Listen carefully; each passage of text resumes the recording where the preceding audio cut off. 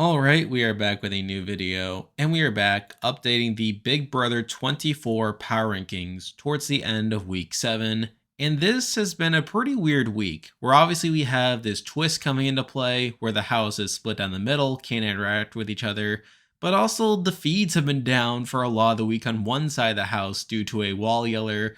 And from what we understand, it's possible that a lot has changed since defeats have gone down on that side of the house, which makes putting these power rankings together pretty difficult, if I'm being honest, as I don't even know who's still on the block on one side of the house, which is a bit of a problem when I'm trying to figure out who to have towards the bottom of these rankings here. But I'm going to do my best to put these together. And as usual, there are 11 players to talk about, and let's get right into the ranking. So starting off at number 11, we have the person voted out at the last eviction, and here we have Indy. And it's not too surprising to see her voted out here, near unanimously, with only Michael giving her a sympathy vote, and even then that was more for jury management than anything else.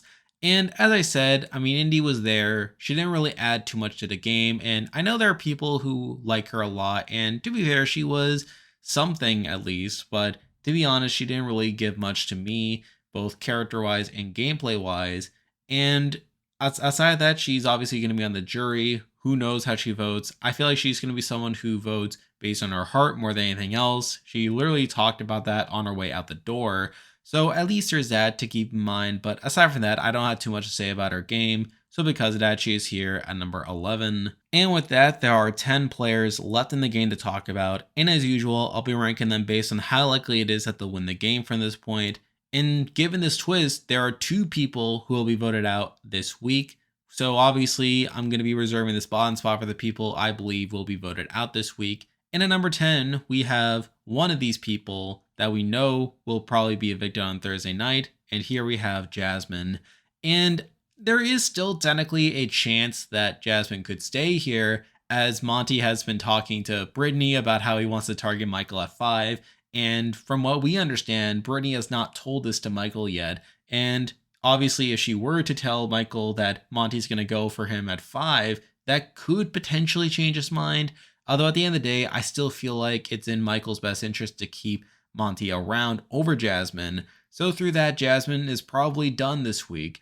And on the whole, I feel like Jasmine played pretty poorly, where there were definitely points where she came off as pretty well respected, or at least as well respected as someone like her could be. But I feel like in recent weeks, people have really turned against her, not just from a game perspective, but also from a personal perspective, where she has really come off as pretty annoying.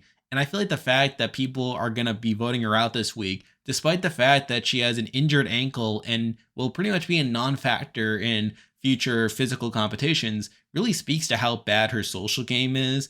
And on top of that, I feel like she has really burned a lot of her social capital to the point where she probably wouldn't win even if she gets to the end. So at the end of the day, it's still a pretty bad display here. And the fact that she is being voted out here, despite not being that big of a physical threat, is a pretty bad sign at the end of the day. But from everything we've seen, she will be voted out. So because of that, she is here at number 10. Now we're moving on to number 9, and this is where things get a little weird, as we're obviously moving from the inside group to the outside group, also known as the Direfest group, and we don't know exactly who the target is at this point.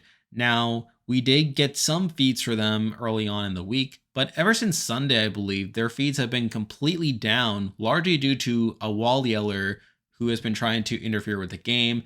And from what we know, they've pretty much just been blasting music 24/7 and just keeping the feeds down. So we don't know exactly what has happened since then. And there's actually been some rumors that a change has happened.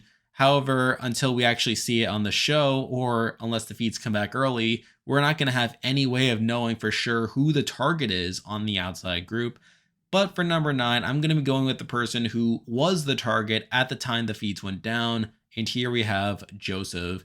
And obviously, this was a very bad draw for Joseph here. Now, a lot of that was by design, where Michael chose the teams in a way that would make it easier for Kyle to take the shot at Joseph and vice versa.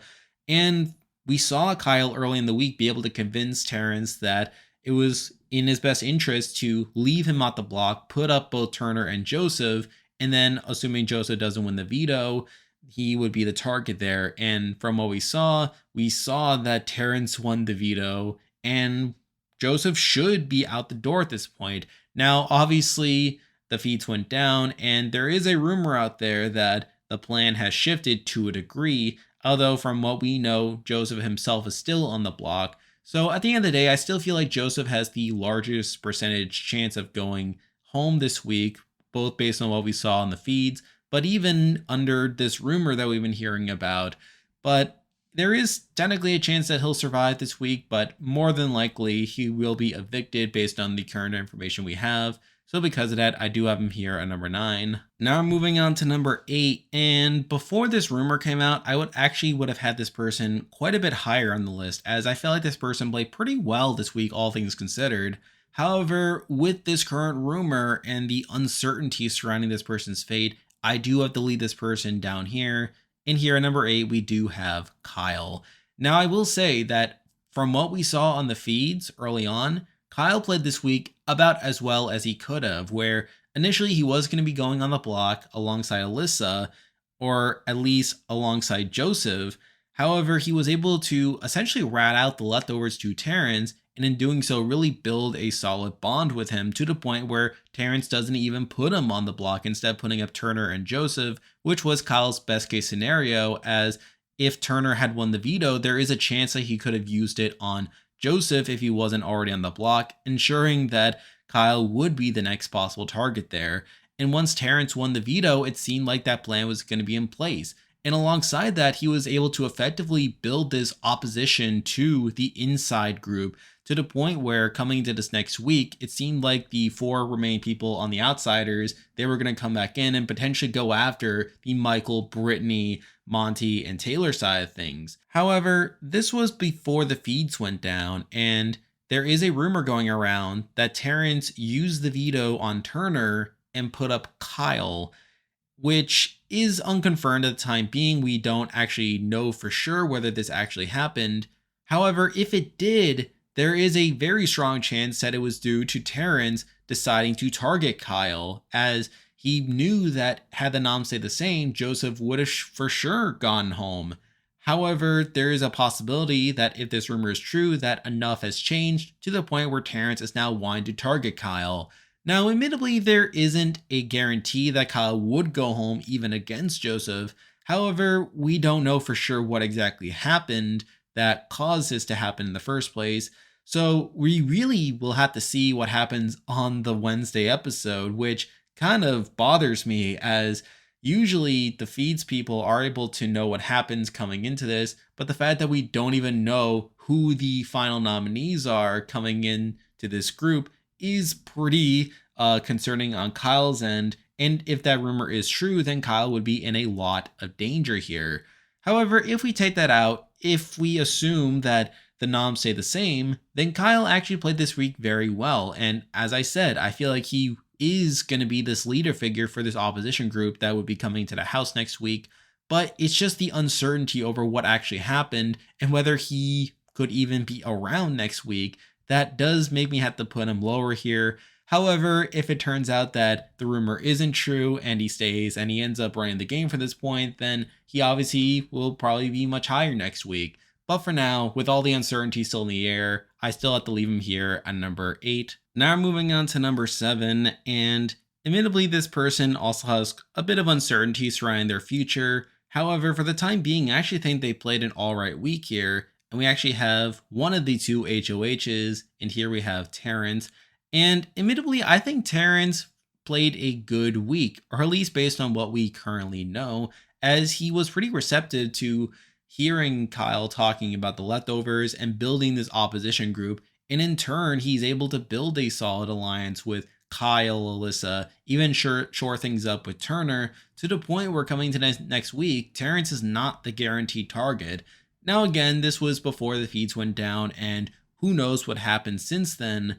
However, I will say that Terrance, for the time being at least, is in a better position than he was last week, which again isn't saying much, but it is something at least, and I do want to acknowledge the good stuff that has happened during his HOH.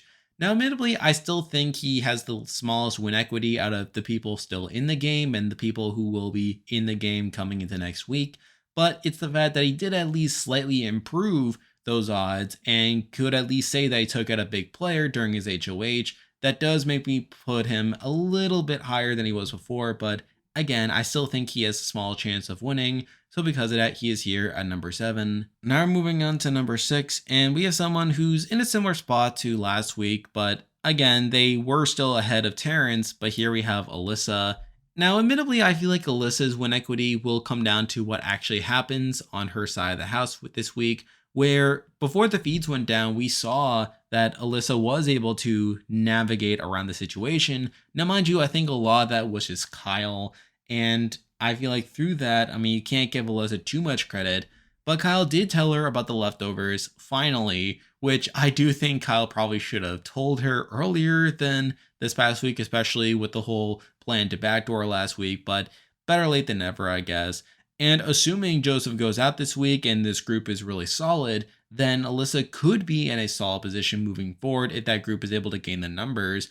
But on the other hand, if Kyle does go out this week, then she's obviously going to be in a pretty bad spot. Now, it's not to the point where I don't think she can't recover, but she will obviously be in a pretty bad spot moving forward. So I feel like compared to the other people that we'll be talking about soon, I feel like Alyssa is probably in a worse spot to actually win the game. But considering the fact that she's at least safe for this week, along with the fact that I do think she has a better shot of winning than Terrance, I do have her here at number 6. Now I'm moving on to number 5, and I would have had this person a little bit higher if it wasn't for one key flaw in their game from this past week, but here we have Monty. And admittedly, I give Monty quite a bit of credit for avoiding being the main target for a lot of this week. And to be fair, it is in the best interest of Michael and Brittany to keep Monty around, as he will be a pretty big shield to have ahead of them. Now, I do take fault with the fact that after building this alliance with Michael and Brittany, that he ends up telling Brittany that he plans to target Michael at Final 5, which, considering the fact that they built a Final 4 deal, makes a bit of sense in that he wants to take that preemptive strike. However, he told this to Brittany, someone who probably has every reason in the world to tell Michael about this, and sure enough, she has at least told Taylor about it, but it's just a matter of whether she'll actually tell Michael, to where if Brittany does decide to tell Michael, then there is a chance that Michael could turn around and target him this week, or if not this week, then certainly before the Final 5. But it's the fact that he made this so apparent that he wants to target Michael at the Final 5, it's just leaving him wide open to be targeted sooner rather than later. And even outside of that, the main reason that Michael and Brittany are keeping him around is so that regardless of whether Kyle or Joseph are taken out on the other side, that they'll have a target to have ahead of them. And with Monty being that target, that obviously puts him in a pretty bad spot to get towards the end. But at the end of the day, I still think that the fact that he was able to build a closer bond with Michael, even if he still plans to target him later on in the game, is at least some positive work. But there's still plenty of danger spots to Monty actually getting towards the end outside of just winning out. That does lead me to put him here at number 5. Now we're moving on to number 4, and we have someone who I've had high now for the past couple of weeks. Although, admittedly, I feel like this person probably has a smaller chance of winning than certain other people. But here we have Taylor. And I do feel like Taylor could win a jury vote, particularly against her ideal final 2 right now of Brittany. Although I will say that Brittany still has a shot of winning, and the fact that she is making more moves now could lead to her gaining some more respect. So even then, I feel like Taylor is kind of losing some ground here. She's obviously going to be in quite a bit of danger of losing Joseph this week, assuming the rumor isn't true, which obviously puts her in a worse spot.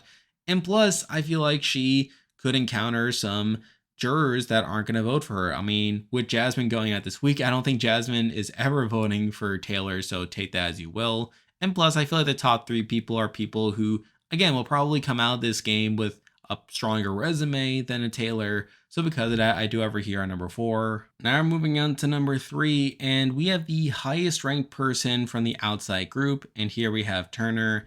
And again, I feel like Turner is still in a somewhat decent position. Now, admittedly, this grouping from this past week was a pretty bad draw for him in the sense that he probably would have gone home had Joseph won the veto there, but through Terrance winning the veto, he at least is in a solid spot. And if the rumor is true, Terrance took him off the block entirely, so there's that. And coming into next week, I still feel like he is someone who probably won't be the immediate target. I mean, I feel like people like a Monty, a Michael, a Joseph, or Kyle, depending on which one stays, is more likely to be targeted over Turner.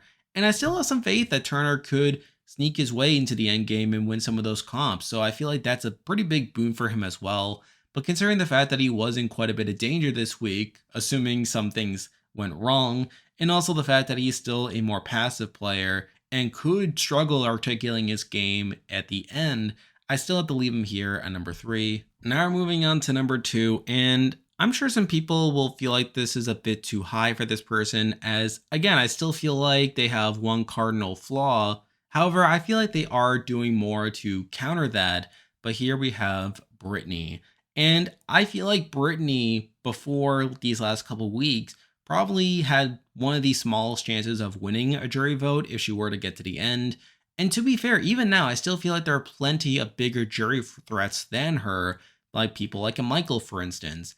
However, I feel like we've seen the last couple of weeks that she's been a bit more proactive in ensuring that she'll get to the end in a winning position. I mean, she recognizes the fact that Michael would beat her at the end. She obviously has a final 2 with Taylor, and she obviously wants to take Terrance further along in the game. And considering the fact that Terrance was able to get through this round where he very easily could have been the target had he not won HOH, again, that's another option for her moving forward. And obviously, coming into this final 8, she's arguably one of the safest people in the game. Where, yes, she's obviously aligned to Michael, and people could see her as a threat because of that. However, I feel like Monty being around is something that could really benefit her to the point where they're probably going to go after Monty before going after her.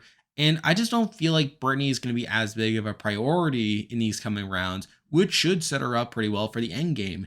And considering the fact that she's already won a couple comps, she's definitely demonstrated an ability to win comps and get herself towards the end. And I feel like if she's able to win some of those end game comps, that she could garner respect that way as well. So I feel like Brittany is doing stuff to improve her chances of winning the game, but I feel like the number 1 person would still probably beat her towards the end and has that comp ability as well. So because of that, I do have her here at number 2. And now, at number 1, the person I believe is the most likely to win Big Brother 24 is Michael. Now, I still feel like Michael has plenty of issues in terms of him actually getting to the end of the game. I mean, obviously, he just won his 6th competition, being the first person in the house to win a second HOH, which obviously paints an even bigger target on his back and really makes him stand out as this comp beast. Obviously, we have Kyle really rallying the troops in the outsider group to go after his side of things once they get back into the house at the final 8. And even his closer allies in Brittany and Taylor are planning to take each other to the end over Michael as well. And Monty has also talked about targeting Michael at Final 5. So there are plenty of ways in which Michael can be targeted moving forward. And I feel like as time goes on, it'll be harder and harder for him to really address that. But with that said, I feel like he played the group twist very well, where he was essentially able to game the system in a way that really benefits him. He was able to pick 2 of his closer allies, Brittany and Taylor, ensuring their safety, along with 2 potential targets in a Jasmine and Monty, who, depending on who he targeted, could have really benefited him through there. Although I will say that as the week goes on, that Jasmine is a pretty clear target, while Monty is someone who, again, would have been a nice secondary target. Really, at this point, is someone who's going to be essential to Michael's game. But again, I feel like Michael recognizes that. And at the same time, ensure that the people outside his group, the people in the other group, are the people that are going to go after each other, namely a Kyle and Joseph. You know, the civil war that he helped to facilitate last week is now going to be playing out on the outside. And he's really going to come out of this with his hands clean. But obviously, a lot of that will determine on the actual outcome here. Now, obviously, what will come out of that still remains to be seen, and he probably doesn't entirely recognize the fact that the group outside is probably ready to rally against him at some point, depending on how the HOHs go. But I still think Michael has the best shot of winning the game for a couple reasons. I mean, one, he still has a pretty solid structure there. He was effectively able to build a good bond with Monty, while also potentially getting the information of Monty wanting to target him at 5, though obviously a lot of that will depend on whether Brittany decides to tell him or not. And I feel like he still has a lot of the stronger competition people on his side of the house versus the other side of the house that will be going after his side. So I feel like his side will still have the advantage coming into the final 8 round, which if they do win out, that obviously will increase Michael's chances of winning the game. And obviously, if he does get to the end of the game, whether through winning out or maneuvering his way, he would obviously be the biggest jury threat out there and would probably win in most scenarios. So I still think Michael has a very strong case for winning the game and has the tools to potentially get there. But I will also acknowledge the fact that he is starting to become a bigger threat, and that could potentially cause him to slide down over time. But considering the flaws that everyone else has for the time being, I feel like I have to put him here at number 1. And there we go. That will do it for this week's video. If you like this content, be sure to like and subscribe. It really helps out with the channel. I'll be back again next week to update the power rankings again, and hopefully we'll have some more answers by then as well. So stay tuned for that. Obviously, the Survivor SA is about to wrap up, and through that, I'm going to be doing some post-season coverage for that, so stay tuned for that. And I do have some more videos planned as more shows are starting to come out. We obviously have Survivor 43 coming out in about a month, so stay tuned for that. Another season of Amazing Race is coming out, so I'm pretty excited to cover that. And The Circle is supposed to be having a season in the fall, so I'll probably cover that as well. So there's still a lot coming your way. And if you haven't already, be sure to join my Discord server. I'll leave the link to join in the description. But for now, that is the video. See ya.